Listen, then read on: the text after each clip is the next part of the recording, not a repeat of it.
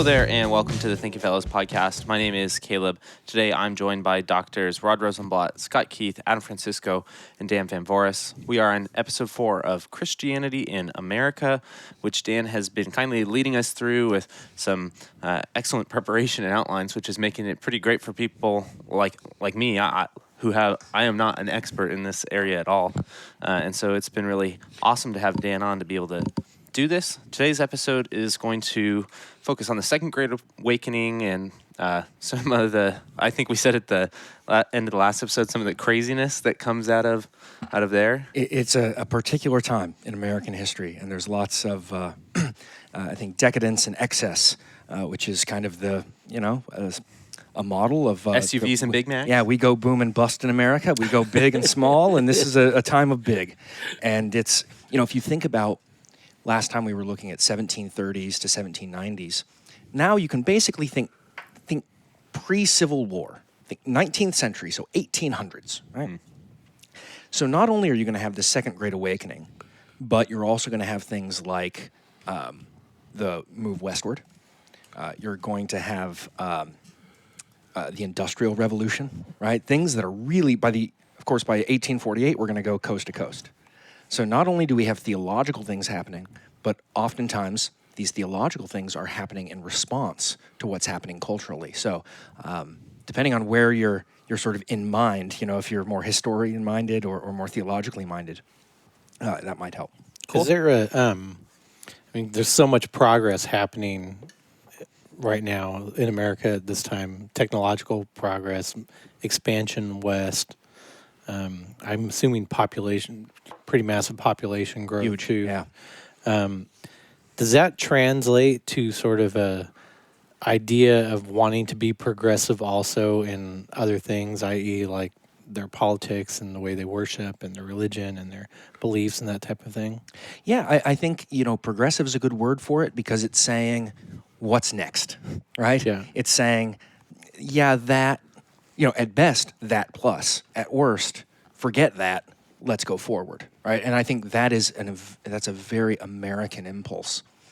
And sometimes that's great when it's innovation and when it's, in the sciences or we've certainly seen this. Medicine, sure. But theologically, we question innovation. I think, well, right? It makes sense. I mean, when everything is sort of changing around you and big changes. Caleb and I had this discussion not too long ago because we were arguing sort of what was the biggest change. And he was talking about the internet and I was talking about the Industrial Revolution because we were mountain biking, I think, and we were up on top of a hill sort of overlooking one of the valleys. Maybe it's like... Oh, is it down here? Yeah. Yeah, I think it was just inward San Clemente, maybe Rancho. Yeah, and it's just amazing because none of that was there, right? And I think I made the comment that we actually haven't come from the time you're talking about. We haven't come that far from then to now with we have cars, we have the houses, we have indoor plumbing, we have what's changed is personalized technology, and even that change, which I don't think is as great as the change that's going on here, where you're going from only horse and carriage, if you're lucky, to being able to travel large distances on a train. Yeah. Individually, right? You don't necessarily have to get a whole group of people to come along so that you're protected and whatnot. This has got to be a total just turnaround in the way the sort of everyday person thinks about the possibilities of life. Absolutely. When we talk about the change from Industrial Revolution to the present, we're talking about a change in degree. We're talking about things faster. We're talking about... That's right. But before, we're talking about a world where there is no concept of speed or outside of what an animal can run. Or things had pretty much been the same for 10,000 years. Yeah. And then within... 300-ish years, everything changes. Yeah. And so there's that change, and historians have made the point that change from pre-speed to post-speed just changes everything, right? Yeah, what took a lifetime takes a week. And the idea that, today, not only can we be so individual, but then also we can travel everywhere. Mm-hmm. Your life took place between mountains, you were between mountains. Because you didn't want to go over them. Exactly. Geography played all the difference in the world. And as we talked about on the last show, community was essential. Now, as we move into the Industrial Revolution, what we're going to see is the more and more of the sort of individualization of American everything. But I think most important for us, theology. And just as there were, great men of industry, there were a number of people who saw these men of industry and said, I bet, what if we took some of those business models, those development engineering models, and we moved them over to the church? Right? This sounds hopefully very parallel to many of you. And the king of this is really the king of the Second Great Awakening, and that's a guy named Charles Finney. And Charles Finney, with his new measures, is really a heretic. He is really saying, "Hey, here's the we're going to use the business model that this Industrial Revolution. We're going to apply those methods to the church and wait to see what happens." Well, you never see that today. Yeah, no, that's what I'm saying. Yeah. Good thing that went out of style. We got to talk to the business pastor. Yeah, exactly. Yeah. No, it really. I mean, that's it. It's sort of a crass version. When I used to teach, I'd ask kids, before we talk about this, think of the worst sequel of a movie, right? Think of a sequel that just ruined the first one almost because it was so bad. That's the Second Great Awakening. It's just the worst sequel. Good. That's very good. The worst sequel in American history. World War II is like our Godfather 2, like a little better than the first. But in terms of this one, I'm going to go with that. Oh man. Star Wars comes to mind. Yeah. Yeah, Star Wars does come to mind. Well, in the case of Finney, Adam, he denied every major doctrine of Christianity. Well, about 20 years ago, you had me. Well, I think I chose to outline some of Charles Finney's sermons for your outlining project. And I was amazed. I was like, wow. Because he's a hero in American Christianity. I walked in Billy Graham Center, and there's a thing in oil. Yeah. I mean, he outright rejects justification by faith. Oh, yeah. Grace through faith. And with like a slimy car dealer's smile. Yeah. Because that's how and there were ways in which that's how you proved yourself. You proved yourself by saying, oh, what do those guys dig? What do they believe? What do they hold is the only thing? Oh, I don't believe that. And so that's why you see these radical statements like, oh, justification? I'll leave it. Yeah. Now, we're going to see this in a more sophisticated way move its way in through theological liberalism later. Yep. But it's important to see that as people are throwing off the yoke of tyranny and supposed tyranny in a way, they can go goofy. And Finney is a great example of that. Yep. The theology is gone, right? He denies it all. Is that a reaction to anything else going on there? Is that a reaction to like the opposite? Like the Northeast, the scholasticism of the Northeast. There's already a legend of this kind of Puritanism which never existed, which is going to kind of cloud a certain picture of the Northeast. Okay. Right? It really is more of an English thing, and it didn't. We all have these pictures of these certain paths, but that's going to be those stuffy Puritans up there, down here in Kentucky, down here in the South. We do what we like, and I mean you see this throughout American history, right? You see the same thing today. So the regionalism and sort of the division of the United States is then getting even worse, is what I'm hearing, probably. Yeah, but I mean, there are a number of things here. The Louisiana Purchase, obviously, in the beginning of the century. But as you move away from the 13 colonies, the federalism, states' rights, that kind of language, which is so present in the founding documents, the language of states as federations disappears. Yeah. It's not something we do anymore, and so it becomes regional. And as we mentioned on the last show, the North-South is as theological as it is social, right? It's as much about their view of the Westminster Confession of Faith and how strictly you had to hold to it, as much as it did slavery in some places. So it's just a really, really interesting division that's starting to take place. The North, the South, you have, and then the frontier. Yeah, is there a race between these two to win the West? Oh, I don't. Yeah, that's a good question. I don't think there's a race in the Northeast. Why would you leave? But if you're, so they would say. I've been there and left many times happily. But in the South, I mean, it really is. I mean, this is going to kick up with obviously Lincoln and the plan to kind of populate the West. But the further you get from the places of power, the more you can be naughty. Isn't it, St. Louis is always worried about that Irvine school, right? Way over there on the coast. The farther you get away from the power, the pillars of power, they assume, sometimes rightly so, that you're being naughty. They think that Orthodox confessional Lutheranism can't make it over the Rockies. I've heard people say that if you're a Lutheran in California, you're probably liberal, which is kind of outstanding to me. But well, this is the problem. The problem is that's fine to make regional distinctions in the 19th century. Yeah, really. However, we move so Welcome much. to the internet. Yeah, welcome to the age of Yeah. click, click, click. Robert Preuss was out visiting. He oversaw my colloquy into LCMS, and he asked me what I used in doctrine. And I said Mueller or Kaler.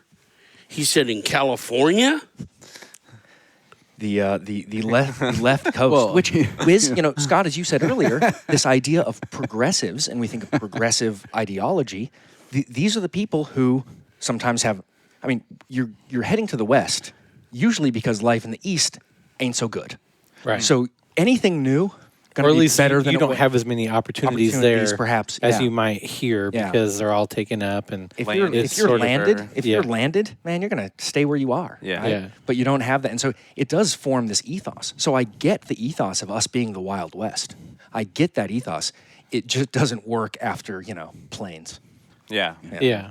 Well, and there is a modern idea that current California is somewhat liberal. I don't know where people they get it. get that. Yeah. But at the same time, I mean, to say something, that's just uninformed, really, of some of the individual pockets here in even Southern California, Orange County Christianity, South Orange County Christianity, is historically very conservative. We are getting there. I think it's the 5th or the 6th time, and it's one of my favorite things because the whole epicenter of the church moves to about 2 miles that way. Right. I mean, it's right here in Orange County, and like we see in this era, it's theological and political. Those things are always tied together in a way that I think sometimes we overlook. We also tend to, in Lutheranism, in American Lutheranism, I think, especially in our Senate and in the LCMS, sort of have a misconception of what makes liberal.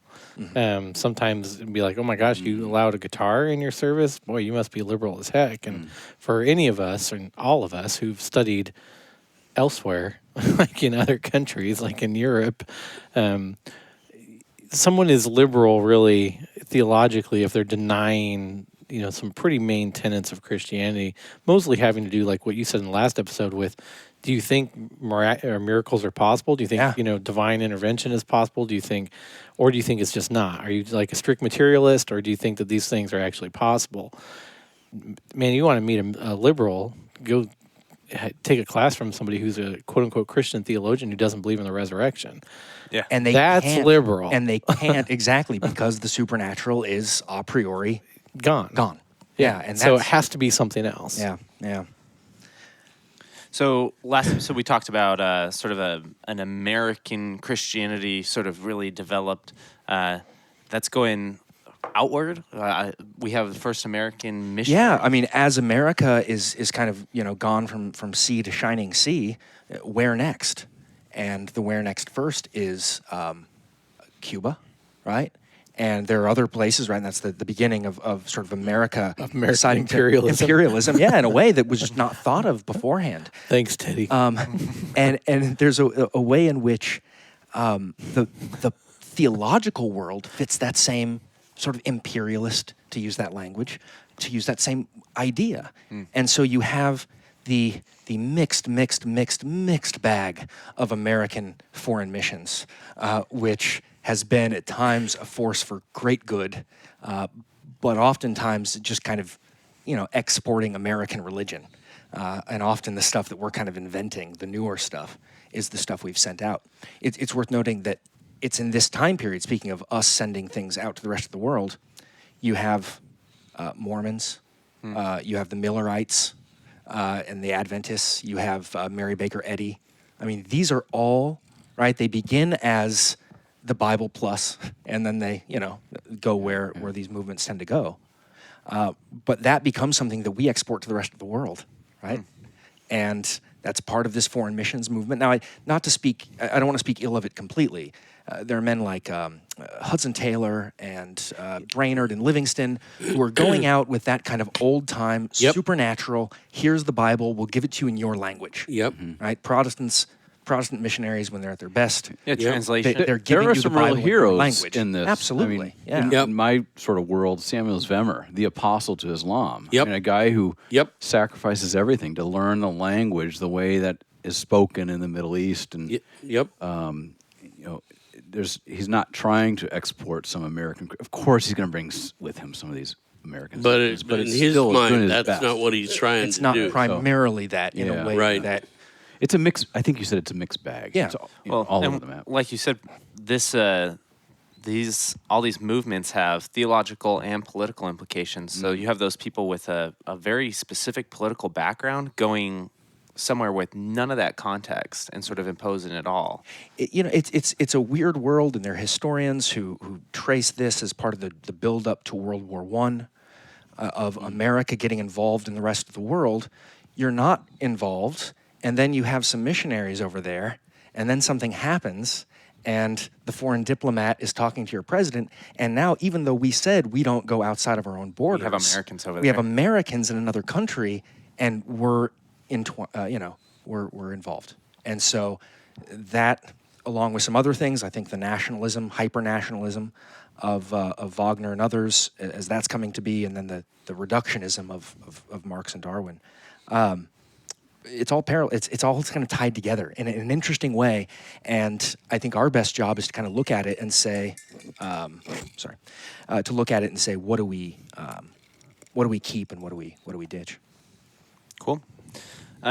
So I have next on the list here, African American spirituality, which, like you said, we're in pre-Civil War here. So, So what's the influence? Let's go lex oriendi, lex credendi again. Who's right? ruling over them? It's the order. It's the way you pray, the way you worship is the way you believe. And in a place without any hierarchy, I mean, there's no pastors or priests really. If you're a slave, you are in a communitarian, sort of egalitarian community. And what have you brought with you from the homeland? Songs, rhythms, ways of sort of call and response, speaking to one another. And all of these things are going to, as everything else will, kind of, become part of their faith, part of their Christianity and their expression of Christianity. And so African American Christianity, which has had a very wide impact in America through the African Methodist Episcopal Church, the AME Church, that all kind of comes out of this very particular slave African American religion that even after the Civil War and after the slaves were emancipated, still became part of their past. Are they given sort of Christianity from owners? I guess that's a cruel way to say that. Yeah, I mean, one of the ways in which a number of people justified slavery was by not treating them as slaves, in the sense that they beat them and didn't feed them and didn't teach them, right? You would, in the best case, say, I'm going to Christianize these people, right? And that's got its own imperial history and the like, but at least there's a motivation there. So oftentimes, you would justify, you'd say, well, yeah, they work for me, they're my slaves, but they didn't have the mindset that we have necessarily now, and religious education would be important to them. Yeah, I wish I knew more of the story, because the 19th century up until the Civil War, slavery is just, bonkers is making too light of it, I think. You think of like Frederick Douglass and there's a whole bunch of biographies of these escaped slaves that are mostly fraudulent. Then you get like Frederick Douglass's biography and just how awful it was. I mean, we know it was awful, and duh. But I mean, it was illegal to even teach slaves how to read. Yep. That became, this is the later decades. This is the later decades, and when, like in American history, we go boom and bust, right? We go big and then we go silly. I mean, that's they're kind Christian of the is story. amazing to me. I mean, The slaves are Christian? yeah, that they would still retain the religion of I their know. masters. I know, mean, me I would too. be mad as I mean, Yeah, if you look at Me American... too. I'm amazed by that. yeah. American demographics show us that the African American community is one of the more Christian, devout. Yeah. Yep. And there's something, and don't underestimate, I think, the connection between the Old Testament, the Exodus, Yes. the slaves, Yeah. and their experience. Yep. Because when you go, it's Go Down Moses. It's all Yes. these songs that really play on that. And there's a connection there that those who've not been enslaved, we just read about it. You know? Yep. Yeah. But that's such a tradition. And obviously you're going to see even longer than the white church or the non-African American church, they're going to stay involved in their society in a way that we all kind of ditch after the First World War. It ceases to be chic or even okay in some ways to be a supernaturalist Christian. As sort of the birth of modernism post-World War I, the African American community, they don't have that same tradition necessarily. And so some of the best kind of maybe social work that we see, right, is going to come out of that movement if you look at Martin Luther King, et cetera. Great. So the next step here, the last several episodes, you said the idea of the secular, like Yeah. we have it in our minds, wasn't really existent. The church and religion were just so much more a fundamental part of life. But now during this time period, we're seeing secularism or the secular emerge. Yeah. Secular is a good word. To trace it, let's use the word atheist first. Okay. Michael Servetus, right? Gets burned, right, for being Non-Trinitarian. non-Trinitarian, or what they would say, as it was written down, an atheist. Why? Because atheist didn't mean no God. That's stupid. Atheist meant a different God, right? There's no concept of this, right? Believe it or not, there's no blind watchmaker before the watch, right? And so you can't do that. Well, his other one's an eyeball. Yeah, well, there you go. That's be he. But I think that's Sorry, I lost myself. Yeah, I'm that's so okay. sorry. Yeah, That's with fine. it- No, when we make Oh, jokes. the atheist. The secular versus the sacred is a distinction that we begin to see in the Reformation, but that distinction is always made with these things understood to be right next to each other, right? The sacred and the secular. And so you could, in the left-hand kingdom, with the doctrine of vocation, you could enjoy the secular. Secular and atheist come together in the second half of the 19th century. Secular and atheist, what's today? Humanist, right? When I hear humanist, I think of those 16th century guys Yeah, doing great things. right. Other people think secular humanist. That's Yes. brutal when you're writing papers, by the way, to correct yourself. That's the bastardization of these ideas. And so the secular, atheist, humanist, I've mentioned this trio, and it's just for memory's sake, I've always put them together, but Marx, Darwin, and Wagner, they're all producing in 1848. So it's just helpful for me I just put those things together. But what were they all doing? They were all replacing religion with something else, right? With Darwin, it was a kind of watchmaker god, a blind god. And with Marx, it was reductionism and, money as the only thing. And then with Wagner, it was the hyper-nationalism, which just look at the history of Germany from then on, and you'll see, what that does also in the rest of the world. It's a replacement for religion. And I think this is where we see this in America. We see it across Europe, but in America, something replacing religion. And that's this new secular, but it's just secular whatever you add to it. It could be hypersexuality, it could be sports, whatever you're going to put in that bin. It's interesting to me that the three names that you used, it's all in different areas. So like with Darwin, it's sort of freeing creation and science, especially in the legacy of those ideas. Marx, like you said, economy, people's sort of day-to-day life, and then the state, and then the political world. All three changing within the same time. And Wagner, the arts. Yeah. That he's changing the arts in a way that is divorcing it. Now Wagner's his own ball of wax, but the idea of not Christianity but Christianity or. That's a 19th century thing. One of the reasons comes out of liberty, which we've been touching a lot upon, right?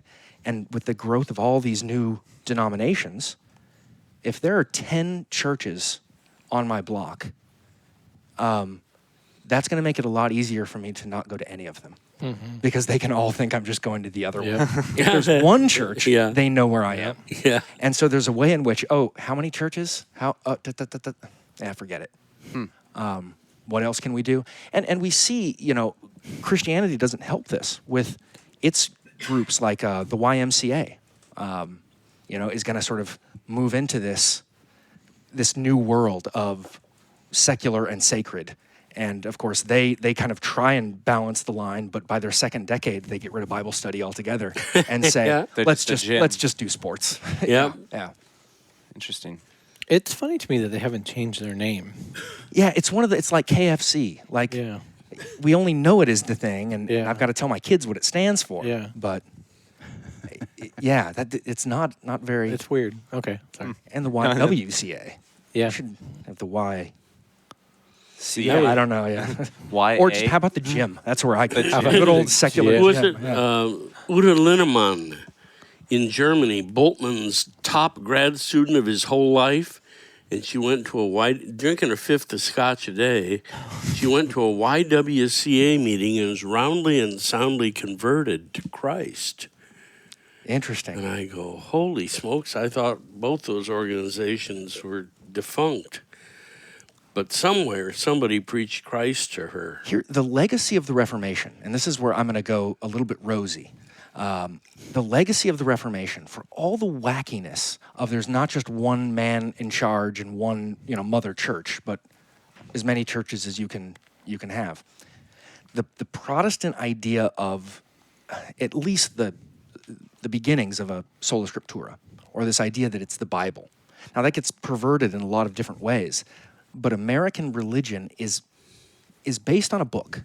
Americans were a people based on a book. They were educated people.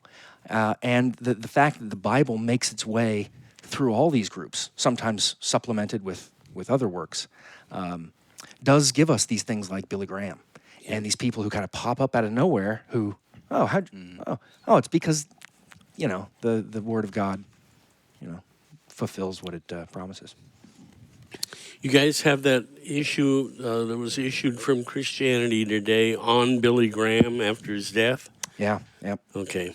I think their whole thing's online too, isn't it? Christianity. Yeah, there's a distinction between members and non-members. I don't know what that is. I'll see what I can find.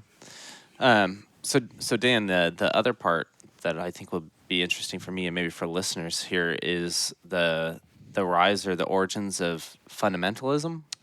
Yeah, we're headed there because we've got all of these distinctions, and all of them are as legitimate as any other when we want to look at or tell the stories of these various groups. But when it comes to, in the Enlightenment, we said supernatural, anti-supernatural. Mm-hmm. We're going to come to a head in American culture and history with a similar question. But instead of just doing supernatural, anti-supernatural, you're going to get a group of people coming together who are going to create something called the fundamentals. And the fundamentals are kind of two things. One, they were a series of books put together by some rich Texas oilmen who came out and formed the Bible Institute of Los Angeles, or Biola. And you can check out the original fundamentals in their library. I've gone and seen them before, up in Whittier. And this was a defense against theological modernism, which was the anti-supernatural side. Yep. But what these men did, and then the later fundamentalists so-called did, is they laid down 5 doctrines. And they said, these are the 5 doctrines. And if you hold to these, you're safe.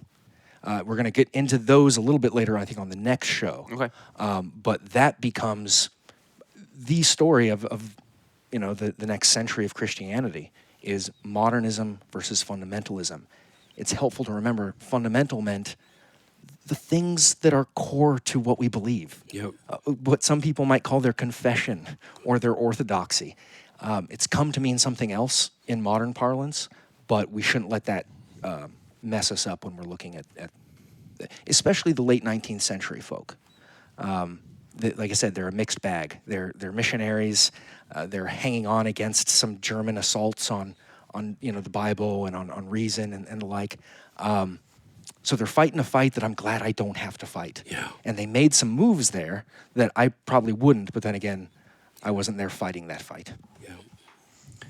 On our liberty and tolerance balance here, are Christians, because of, it seems like there's just, like you said, just 8 churches on every street, there's such diversity, are we now towards, in regions and areas, more have more liberality in choice of religion, or is it still sort of, we'll tolerate you, but this area is still Protestant, or this area is still Catholic, or Wesleyan, the tradition whatever. of liberty continues as we keep moving westward.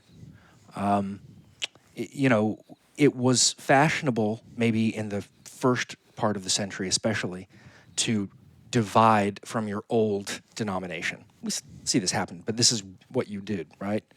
You became the New Baptists or the this Baptists or the this Methodists. As we get into the 19th century, you throw away the old phrases, the old word, Baptist, Methodist, and you become, in a sense, this is the birth of non-denominationalism, right? It's this freedom that says, I don't have to kiss the ring of someone at the presbytery or the synod office or the what have you.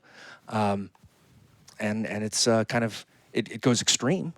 And we've got to figure out how that works. A really interesting case in 1879 that goes all the way to the Supreme Court about some Mormons who are bigamists in Utah. Yep. And how can we allow that or not allow that? And it's really one of the things that develops how we looked at religious liberty in the rest of our time here. And they said, you can't be a bigamist. Because if what you're doing is harmful to the state, you can't do it. And that's going to set a precedent that is there's lots of discussion there. But nonetheless, what the nature of the Christian state, how much distinction should there be? That's going to be a big question. So I think with the remaining, 8 or so minutes that we have here, within the dates that we are here, the big political event is the Civil War. How does the Civil War tie into the progress or the lack of progress or a regress in religion, or what effects does it have on theology outside there were some theological battles? Well, I think it's fascinating because it shows us a kind of American usages of the Bible when we go to a lot of these theological reviews. If you go to Harvard, Yale, some of the schools we mentioned before, they have theological reviews. Go to their 1850s or 1840s, and you're going to see conversations about slavery, right? It was all over the theological world, just as it was in the 16th century in a way with De las Casas. And what do you do with another people? And are they human? And if so, are they someone for whom Christ died? And that's going to become the tricky thing. And in a way, for the Christian, that's the only answer. And so if the answer is no, well then have at it, do what you will. If the answer is yes, we're going to have to rethink everything. So, everything is put on hold in a way during the Civil War in the early years of Reconstruction. So we don't see a lot of movement in terms of, literature. There's not a lot of, we've got Civil War poems, but we don't have a lot of active things coming out of this. In theory, and sciences. Almost every man of working age is going to be Yeah. involved in this. Yeah. Which is sort of interesting, but the real movement here, and historians tend to go towards African American spirituality because we see a lot of it, obviously, right? And the records we're seeing and the emancipated slaves and how they're believing and worshiping, it's, like I said, they're keeping the slave master's religion. How strange. It really but is. They're going to turn. And deeply. Oh, sure, yeah. Deeply. In a way that a communal sense, right? Do you think as less is written and recorded sort of academically, like you said, things are sort of put on pause here, that it's interesting that you then also see an uptick in the recordings of people's voices who weren't considered people before, right? You said that's getting historians, recorded. We're looking for any kind of source. So if somebody wrote something on the back of a napkin, we're going to try and grab it, especially if it was 100 years ago. And there are certain times where we have a whole bunch of academic tomes, and so it serves us best to go and say, what were they saying directly? But at the same time, if people were saying things elsewhere, I'm going to learn just as much about American Christianity going over to the Saddleback campus, right? Or I'm going to learn a lot about it going over to the Saddleback campus here in Orange County and being amongst that than I am, say, just reading Rick Warren's book, right? I can get something from both, but the aspect of sort of living amongst it is important. So I should save my napkins and that I doodle on. Well, only Your napkins probably aren't gonna. said if they're 100 years old, if someone wrote it down, then we're That's kind of funny. Anything else we need to know as we transition into next episode, sort of modernity and fundamentalism, like we touched on a little bit? Is there any other core piece here? Yeah, I think it's helpful. Sometimes we have these names kind of floating around, and if you're thinking of sort of who's when and where, I think with the Second Great Awakening, if you look to Timothy Dwight and Barton Stone, I think they tell very interesting stories. Timothy Dwight's the head of Yale. We mentioned him on a past show, and he's going to sort of set this tone of Northeastern Christianity. Barton Stone, out of Kentucky, is going to set the tone for the early kind of Second Great Awakening Christianity, and it's got kind of its rural tone. And so you can find sermons by these guys. The tradition in the Northeast is also going to go from Timothy Dwight and Yale into people like Lyman Beecher, and that kind of what would become anti-slavery kind of Northeast. So the real story, I think, is it's all one big story. And we do ourselves a disservice if we try and break it apart too much.